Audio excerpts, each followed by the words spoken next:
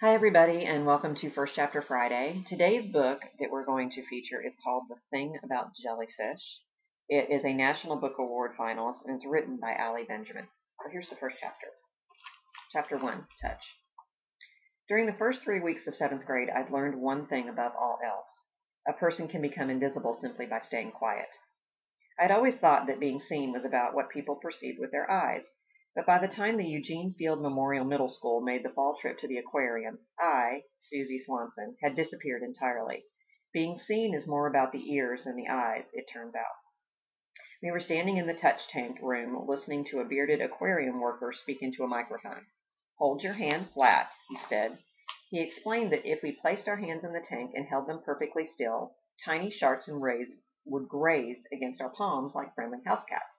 They'll come to you, but you have to keep your hand flat and very still. I would have liked to feel a shark against my fingers, but it was just too crowded at the tank, too noisy. I stood in the back of the room just watching. We made our tie-dye shirts in art class in preparation for the field trip. We'd stained our hands neon orange and blue, and now we wore the shirts like a psychedelic uniform. I guess the idea was that we'd be easy to spot if any of us got lost. A few of the pretty girls like Aubrey LaValle and Molly Sampson and Jenna Van Hoos, had tied their t-shirts into knots at their hips. Mine hung over my jeans like an old art smock. It was exactly 1 month since the worst thing had happened, and almost as long since I'd started not talking, which isn't refusing to talk like everyone thinks it is. It's just deciding not to fill the world with words if you don't have to. It is the opposite of constant talking, which is what I used to do, and it's better than small talk, which is what people wished I did. If I made small talk, maybe my parents wouldn't insist that I see the kind of doctor you can talk to, which is what I would be doing this afternoon after today's field trip. Frankly, their reasoning didn't make sense.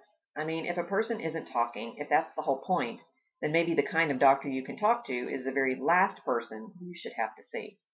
Besides, I know what the kind of doctor you can talk to meant.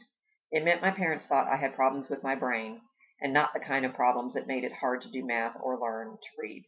It meant they thought I had mental problems, the kind that Franny would have called cray-cray, which is short for crazy, which comes from the word craze, which means to fill with cracks and flaws. "Keep your hands flat," said the aquarium worker to no one in particular, which was fine, because nobody was listening to him anyway. "These animals can actually feel heartbeats in the room. You really don't need to wiggle your fingers." Justin Maloney, who is a boy who still moves his lips when he reads, kept trying to grab the rays' tails. His pants were so loose that every time he leaned over the water I could see several inches of his underwear. I noticed his tie-dye shirt was inside out. Another ray passed, and Justin reached in so fast that he splashed water all over Sarah Johnston, the new girl, who was standing next to him. Sarah wiped the salt water off her forehead and moved a few steps away from Justin.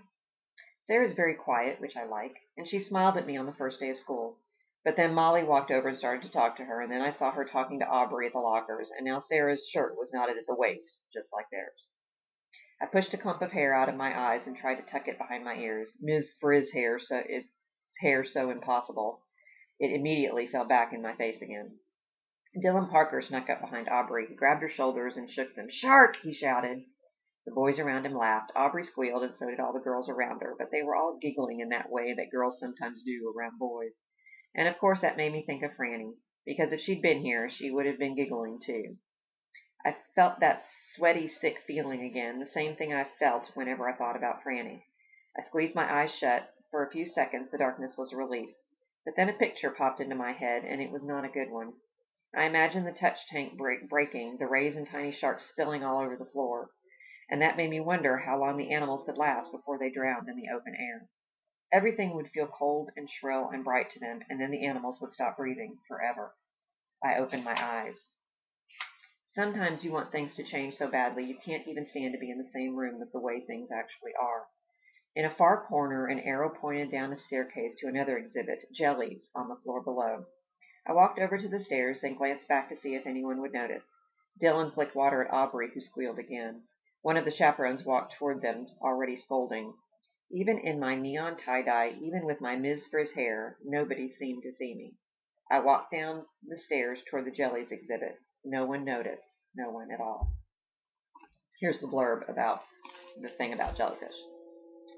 Some heart beat only about 412 million times, which might sound like a lot, but the truth is, it barely even gets you 12 years.